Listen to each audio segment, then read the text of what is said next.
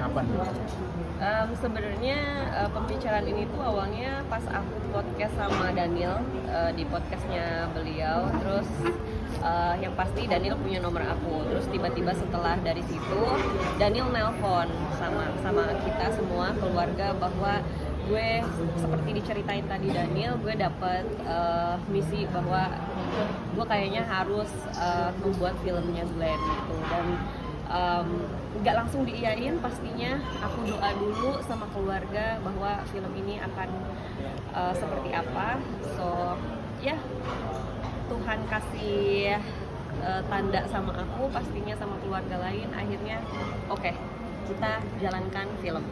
Tanda itu mungkin seperti apa tanda yang kakak dapat itu? Ya sebenarnya gini, aku selalu minta sama Tuhan bahwa kalau misalkan memang film ini menjadi berkat untuk orang lain, tolong hati aku tuh kasih kasih kata iya gitu, dimudahkan untuk di film ini. Dan ya feeling aku enak aja gitu untuk pastinya kan ngebahas mengenai masa lalunya Glenn, semuanya tentang Glenn ya.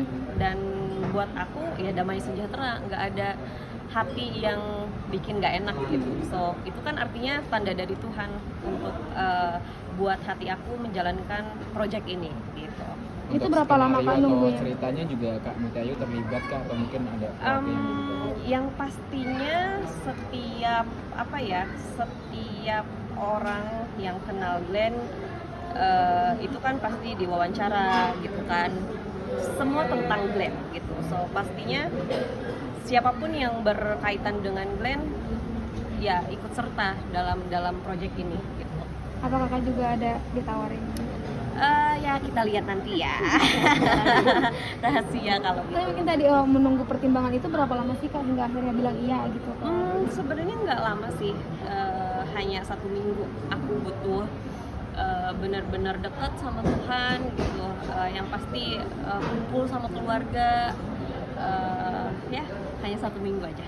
Gitu. Kak, Tapi mungkin tanya yang ke Gewa nggak untuk No, karena Gewa masih kecil kan, pastinya belum mengerti mengenai ini. Tapi aku happy banget gitu loh mengenai film ini. Artinya ketika Gewa dewasa nanti ada film mengenai ayahnya yang luar biasa gitu. Ayu, ada semacam masukan atau ada permintaan dari keluarga, dalam arti kan Glenn banyak sekali membangun ekosistem musik ya. Ada nggak hal-hal yang dimaksudkan mimpinya dia meninggikan bahwa musisi Indonesia bisa maju di luar gitu? Yang pasti di project ini banyak kurang lebih banyak mengenai mimpi-mimpinya Glenn, cita-citanya Glenn yang diinginkan gitu. Artinya ya kita tunggu aja filmnya seperti apa nanti, mudah-mudahan ya menjadi berkat untuk banyak orang.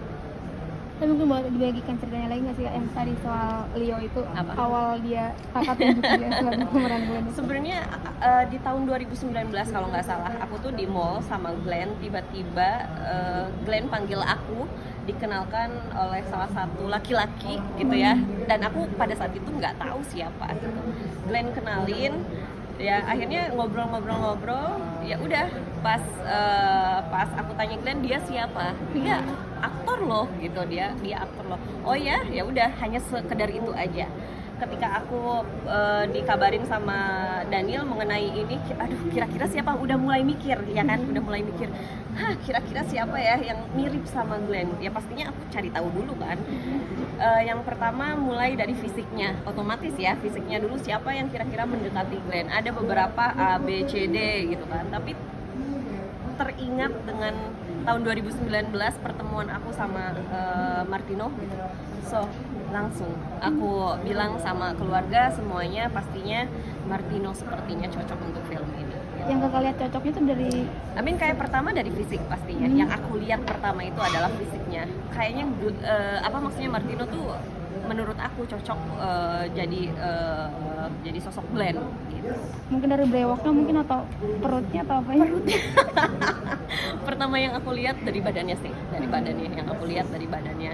Ya selebihnya aku tanya keluarga kan, gimana, apa yang kira-kira cocok sama Glenn, dan keluarga juga oke, akhirnya menyetujui gitu keinginan aku itu. Kemudian Terus udah 3 makam setelah tahun dibikin film?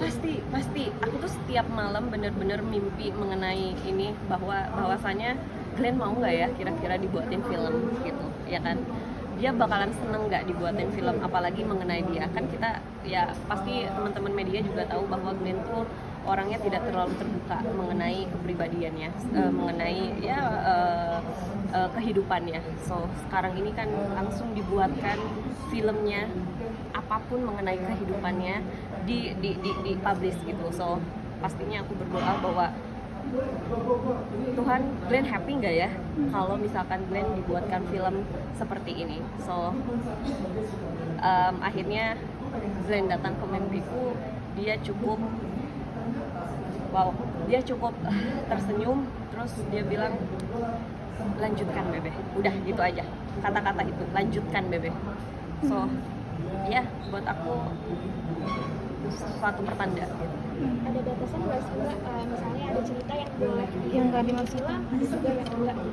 Untuk aku pribadi, ini kan bukan tentang aku aja ya, semua keluarga gitu. Tapi buat aku pribadi, apapun yang perlu di share, aku share gitu. So ya mudah-mudahan nanti pasti teman-teman juga bakalan tahu apa aja gitu Kan mungkin isinya. ada dari beberapa bagian masa lalunya yang nggak dimasukkan atau seperti persetujuan dari keluarga sendiri.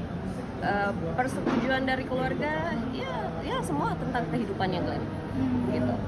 Kamu Tia, mungkin tadi mimpinya itu kapan ya?